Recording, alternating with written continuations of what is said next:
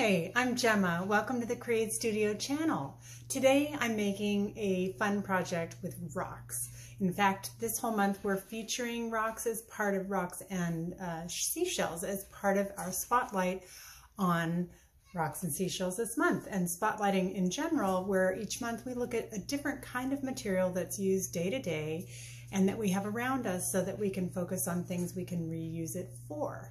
So hopefully we leave a lot of the shells and stones that are out in nature in their places, and we appreciate them for what they are while they're there.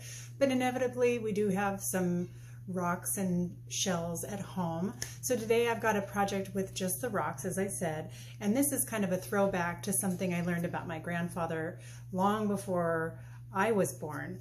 And his creative side, which I thought was so cute and sweet because he was a pretty straightforward person, that I didn't know about this artsy side.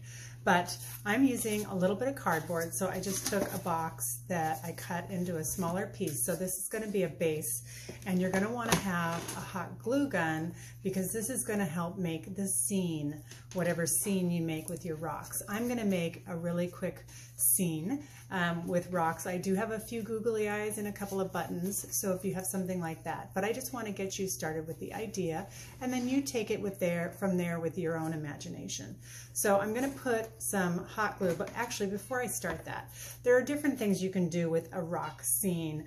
You can do what I think of when you go on a trail where you see the balanced rocks that people will, as they hike along, they'll leave, oops, these would have to be glued in place.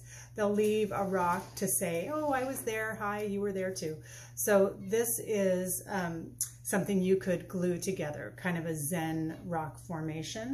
But I'm gonna do a more playful one with a few smaller rocks. So to get started, I'll just do my hot glue, and I wanna do a nice kind of a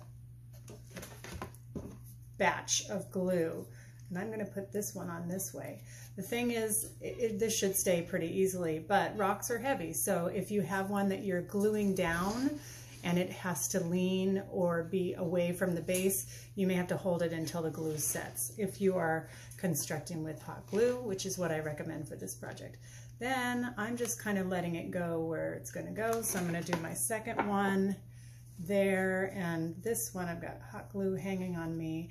This one will be more of a balance, so I am holding it in place because there is hot glue there, and these two rocks are touching. I could even put a little hot glue between them just so that they stay in place well. See if that helps. And then I have my last one. So as I said, this is an idea inspired by my grandfather long before my time. And I thought he was kind of ahead of his time. So we'll put this rock here. So now I've got my 3 rocks, and these are going to be characters. So I'm just going to add some eyeballs to them, but you can paint them, you can add marker to them and give them little faces, or whatever you want to do with your rock sculptures. You could glue on a lot of parts to make them like rock dinosaurs. So I just put a few eyes there, and I'm going to put another set of eyes on this one. These are very tiny eyes that I happen to have. Kind of old-fashioned. And just the eyes almost tell the whole story about these rocks.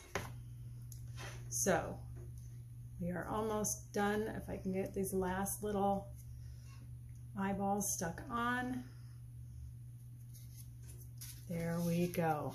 So now I have a band of rocks, or in other words, a rock band. So that was something that my grandfather created long ago with just a little piece of wood and some rocks and some googly eyes. And now you have a little scene. Add some more of your own details to make it your personal creative expression. I hope you like this little idea to get you started with your own creativity at home using rocks and shells. Have a great day. Bye-bye.